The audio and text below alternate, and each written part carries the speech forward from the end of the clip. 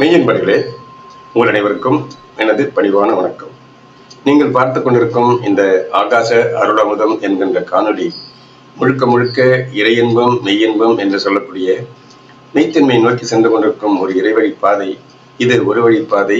இங்கு கற்பனை, பொழுதுபோக்கு, உணர்ச்சிகளை தூண்டக்கூடியது, உண்மைக்கு புறம்பானது எதுவும் இடம்பெறாது. நண்பர்களே, நிகழ்ச்சிக்கு செல்லும் முன் ஒரு சிறிய வேண்டுகோள். இதுவரை சப்ஸ்கிரைப் செய்யவில்லை என்றால் சப்ஸ்கிரைப் செய்யும்படி தாழ்மையோடு கேட்டுக்கொண்டு, நீங்களும் உங்கள் அன்பு குடும்பமும் ஆனந்தத்தோடும் நோயற்ற தன்மையோடும் வாழ வேண்டும் என்று எங்கும் நிறைந்திருக்கும் இந்த பரம்பொருளை இறைஞ்சி நிகழ்ச்சிக்கு செல்கிறேன்.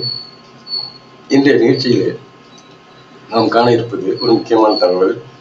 ஒரு ஞானப்பெருமரின் தகவலை இங்கே காண்போம்.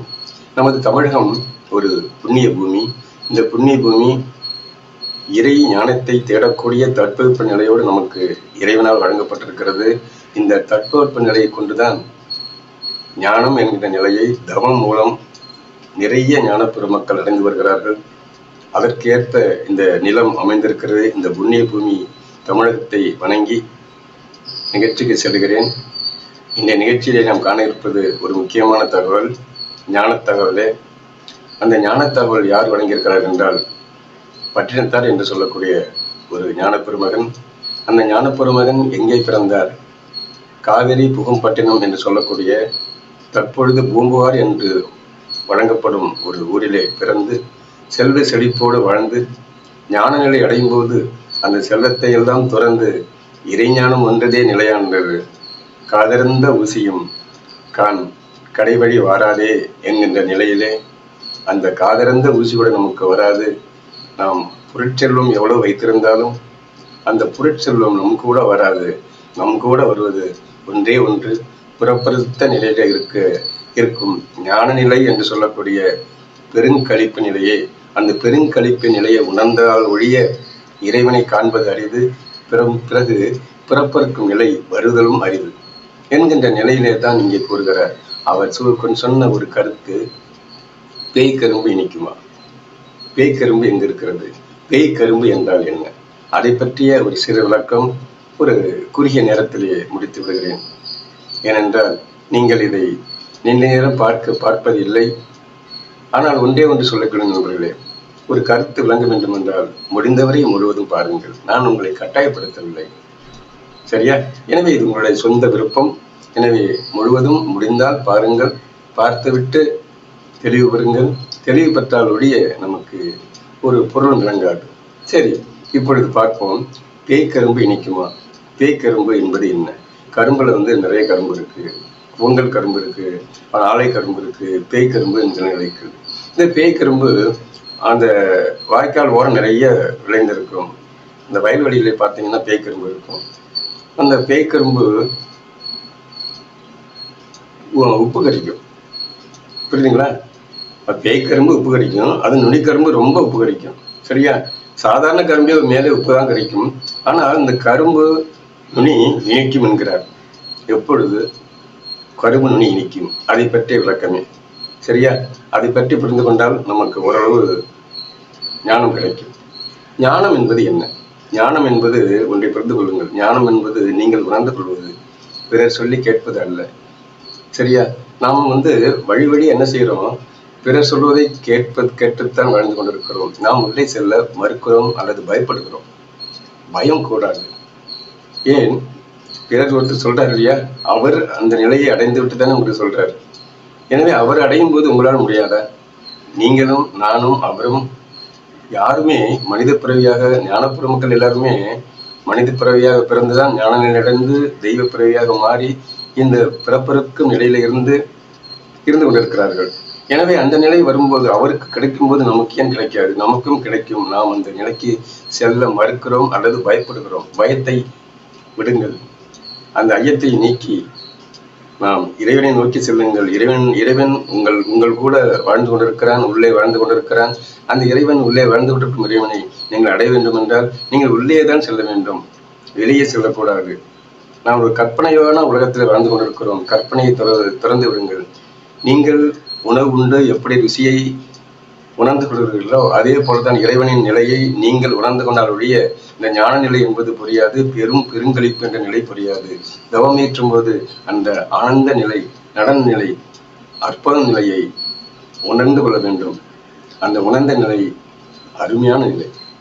அந்த நிலையை உணர்ந்து விட்டால் உங்களுக்கு எதுவுமே தோன்றாதுங்க. அவ்வளவு ஒரு ஆனந்த நிலை, அந்த அற்புதமான நிலை. அந்த நிலையை நீங்க உணர்ந்தால்தான் நீங்க மகிழ்ந்து வாழ முடியும். சரியா? உணருங்கள். பிறர் சொல்லை கேட்காதீர்கள், நான் உட்பட. என்ன, நீங்கள் உள்ளே செல்லுங்கள், உணருங்கள், உணர்ந்து ஞானத்தை அடையுங்கள். சரி, காதறிந்த ஊசியும் கடைக்கன் வாராதே என்று சொன்னோம். அந்த ஞான பெருமகன் ஒரு கதியை ஏற்றிருக்கிறார். அந்த கதியிலே கரும்பை பற்றி சொல்லுகிறார். அந்த கரும்பு தான் இனிக்கும் என்கிறார். அந்த கவியை நம்ம இப்பொழுது காண்போம். அந்த கவி என்னவென்றால், கண்டம் கரியதாய், கண்மூன்று உடையதாய், அண்டத்தை போல் அடையதாய், தொண்டர் உடல் உருகி தித்தைக்கும் ஓங்கு புகழ் ஒற்றி கடல். ஓங்கு புகழ் ஒற்றி கடல் அருகே நிற்கும் கரும்பு. கண்டம் கரியதாய், கண்மூன்று உடையதாய், அண்டத்தை போல் அடையதாய், தொண்டர் உடல் உருக தித்தைக்கும் ஓங்கு புகழ் ஒற்றி கடல் அருகே நிற்கும் கரும்பு. இதுதான் கவி. இந்த கவியில பாத்தீங்கன்னா அற்புதமா சொல்லியிருக்காரு. என்ன சொல்றாரு? ஃபர்ஸ்ட், கண்டம் கரியதாய். கண்டம் என்பது என்ன? கண்டம் என்பது உடல், ஆன்மா, பொருள், எதை வேண்டும் வைத்துக் கொள்ளலாம். புரியுதுங்களா? கண்டம் கரியதாய். கரியது என்றால் கரிப்பு, அந்த உப்பு கரிக்கும் நிலை. சரியா? இதான் இங்கே கரியதாய். அது இன்னொன்னு சொல்லலாம். இந்த கண்டம் என்பது இந்த பெருவெளி கூட குறிக்கும். அந்த பெருவெளி கரியது என்பது கருப்பு நிறத்தில் இருக்கும் ஒரு நிலை. புரியுதா? அது கூட எடுத்துக்கொள்ளலாம். இப்பொழுது இந்த கண்டம் கரியதாய் என்பது கரிப்பு நிலையை எடுத்துக்கொள்வோம். சரியா? கண்டம் கரியதாய், கண்மூன்று உடையதாய். இந்த கண்டம் என்று சொல்லக்கூடிய உடலிலே, உப்பு கரித்த உடலிலே கண்மூன்று உடையதாய் என்றால், கண்மூன்று எங்க இருக்கிறது? கண்மூன்று என்பது நம் நெற்றி பூர்வத்திலே அக்கண்ணா உடையத்தில் இருக்கிறது. இதை வள்ளல் பெருமான் அழகாக கூறியிருக்கிறார். அக்கண்ணா நிலையிலே இருக்கும் ஒரு அக்கண்ண தவமே ஒன்று இருக்கிறது. அந்த அக்கண்ணா நிலையில இருந்து கொண்டு நெற்றி பூர்வத்தில் இருக்கும் ஆக்கிய நிலைதான் இங்கே அக்கண்ணா நிலை. சரியா? இந்த கண் மூன்று என்பது அதுதான். அந்த முக்கண்ணன் என்று சொல்லக்கூடிய நிலை நெற்றி பூர்வமே. அந்த நெற்றி பூர்வத்திலே நிலை கொண்டு தவமேற்றும் போது அங்கே நடனம் என்கிற நிகழ்ச்சி தோன்றுகிறது. நமது உடலிலே ஆதாரம் இருக்கிறது. 7 ஆதாரம் இருக்கிறது. 7 படிகள் இருக்கிறது. அந்த 7 படிகளை கடக்கும் போது மூலாதாரம் என்கின்ற நிலையில் உள்ள அந்த குண்டலினி மேலெழுந்து சென்று நெற்றி பூர்வம் உச்சந்தலை என்று சொல்லக்கூடிய துரிய நிலைக்கு சென்று அங்கே இறைநிலை என்கின்ற பெருங்கலிப்பு ஏற்படுகிறது. அதாவது மூலாதாரம், சுவாதிஸ்தானம், மணிப்புரகம், அநாகதம், விசுக்தி, ஆக்கினை, துரியம் என்று சொல்லக்கூடிய 7 படிகள் தான் இந்த படிகள். இந்த படிகள் வழியாக அரவம் என்கின்ற பாம்பு நிலையிலே இருந்து சொல்வார்கள். அந்த அரவம் என்கின்ற பாம்பு முதுகுத்தண்டு வழியாக மேலேறி நமது உச்சந்தலையில நெற்றி பூர்வத்திலேயும் உச்சந்தலையிலையும் நிலை கொண்டு அங்கே பெருங்கலிப்பு என்கின்ற நிலை உருவாகிறது. இதைத்தான் இங்கே சொல்லுகிறார். என்ன சொல்கிறார்? அண்டத்தை போல், அதாவது கண்மூன்று என்பது நெற்றி பூர்வம், அண்டத்தை போல் அடைகிறது. அண்டம் என்பது என்ன?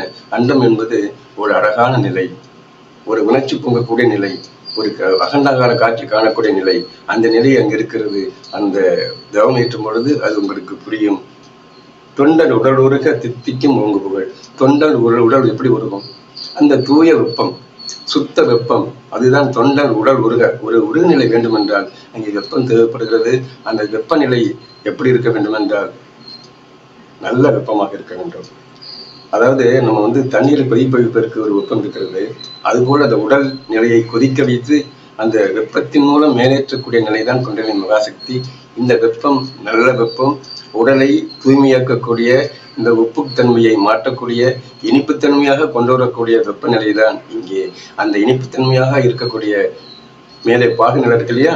அந்த பாகுநிலை தான் இங்கே மேலே இருக்கிறது. துரிய நிலையிலே அங்கே அந்த இனிப்பு நிலை, நுனிக்கரும்பு இனிக்க வேண்டும் என்றால், இந்த கரும்பு என்று சொல்லக்கூடிய உப்பு நிலை மாற வேண்டும் என்றால் நாம் தவம் என்கின்ற நிலையிலே குண்டலினி மகாசக்தியை மேலெழுப்ப வேண்டும்.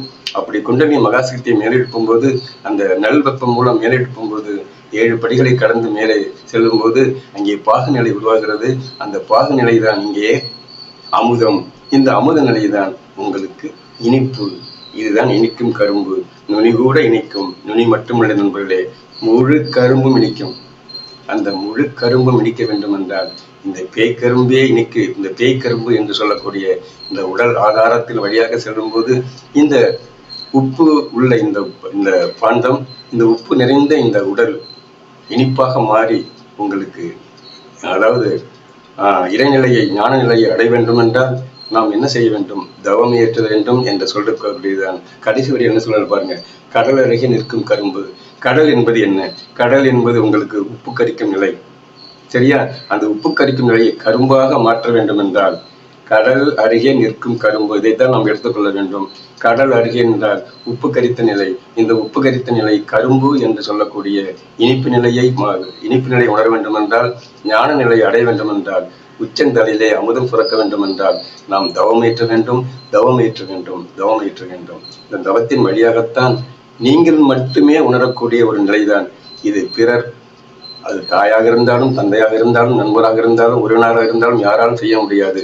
நீங்கள் உள்ளே சென்று கடவுளை, இறைவனை கண்டால் வழிய அந்த இனிப்பு நிலையை உணர முடியாது. அமுதத்தை சுவைக்க முடியாது.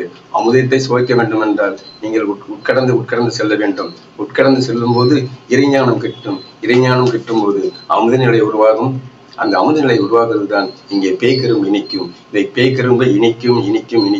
இந்த இனிப்பான பேய்கரும்பை நீங்கள் சுவைக்க வேண்டும் என்றால் இறையோடு இணையுங்கள். இறையோடு இணைந்தால் உங்களுக்கு கரும்பு எப்படி பேய்கரும்பு இனிக்கிறதோ அது போல வாழ்க்கையும் இனிக்கும், வளமாக இருக்கும்.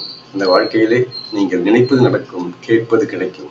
நீங்களும் உங்கள் அன்பு குடும்பமும் என்று மகிழ்வோடும் ஆனந்தத்தோடும் வாழ வேண்டும், நோயற்ற தன்மையோடு வாழ வேண்டும் என்று கூறி நீங்கள் அனைவரும் இந்த கருத்தினை புரிந்து கொண்டு தவமேற்றங்கள் என்று கூறி மீண்டும் சந்தித்துக் கொண்டே இருப்போம். நன்றி நண்பர்களே.